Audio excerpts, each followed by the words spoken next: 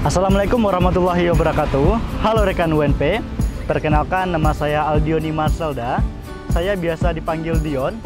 Saya merupakan mahasiswa jurusan Pendidikan Bahasa Inggris dari Fakultas Bahasa dan Seni Universitas Negeri Padang.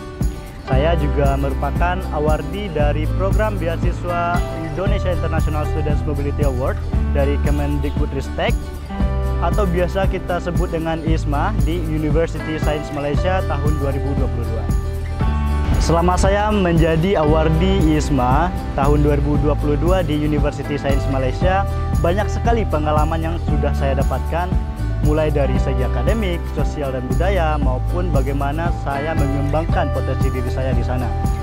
Oke, dari segi akademik, saya memiliki 4 mata kuliah, yang mana ini merupakan mata kuliah lintas minat dari jurusan saya, jurusan Bahasa Inggris, dan mengambil mata kuliah yang berbeda di University Science Malaysia, seperti Business Communication, International Business, Sustainability, dan Ekonomi. Ini semua tentunya adalah hal yang baru bagi saya untuk belajar mata kuliah yang berbeda dari jurusan saya. Dari segi pembelajaran, dosen-dosen di sana memiliki teknik pembelajaran yang berbeda. Contohnya dari satu mata kuliah saya, itu memiliki 2 jenis kelas. Yang pertama kelas kuliah biasa, dan yang kedua itu kelas tutorial. Ada juga mata kuliah saya yang mengambil jadwal di malam hari, dan ada juga mata kuliah saya yang memiliki 600 mahasiswa dalam satu ruangan. Dan ada juga dosen yang mengajar full online dengan menyajikan platform media online pembelajaran yang menarik dan interaktif. Dari segi sosial dan budaya, saya memiliki relasi yang cukup luas di sana, meliputi mahasiswa lokal dan internasional. Di situ saya bertukar pikiran dengan mereka mengenai budaya yang mereka miliki, budaya yang mereka bawa, dan mereka juga belajar hal baru dari saya yang merupakan perwakilan dari Indonesia bersama teman-teman. Di situ kita berbicara dan bertukar pendapat mengenai budaya yang masing-masing kita miliki, dan juga mengenai pengembangan diri. Di situ saya memiliki banyak kegiatan yang bisa mengembangkan potensi diri saya, seperti kita berlatih menari bersama-sama, latih public speaking, dan juga berlatih hal-hal menarik lainnya yang ada di University Science Malaysia. Untuk menjadi seorang awardee ISMA, ada beberapa persyaratan yang perlu kita siapkan dalam proses pendaftaran.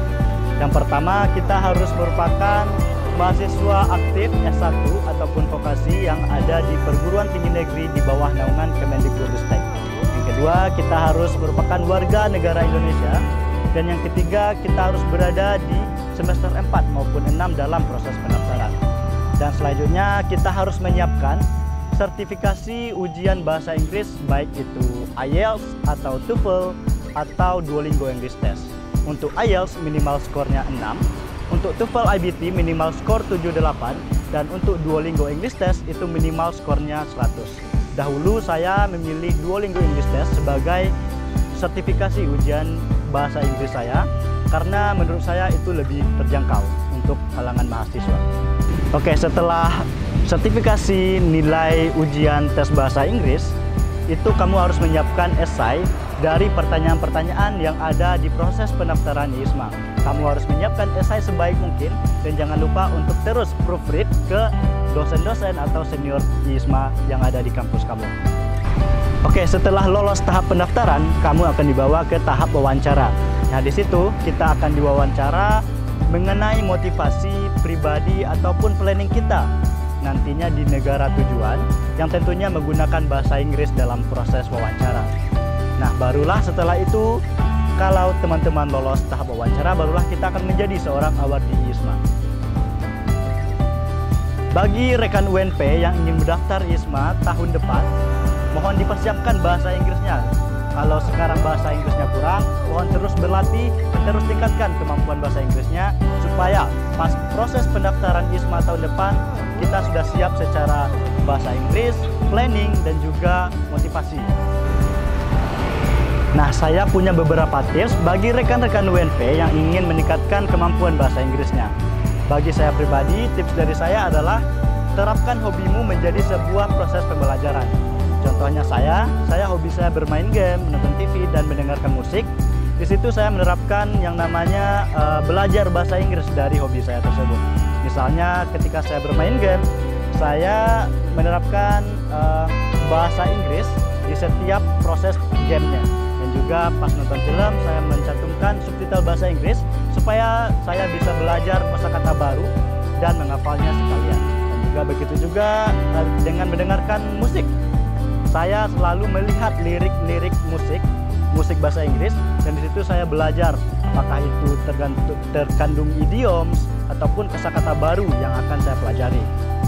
Nah, dengan metode ini, hobi teman-teman akan berubah menjadi sebuah proses pembelajaran, dan yang mana ini akan tidak akan membosankan bagi teman-teman dalam proses pembelajaran bahasa Inggris.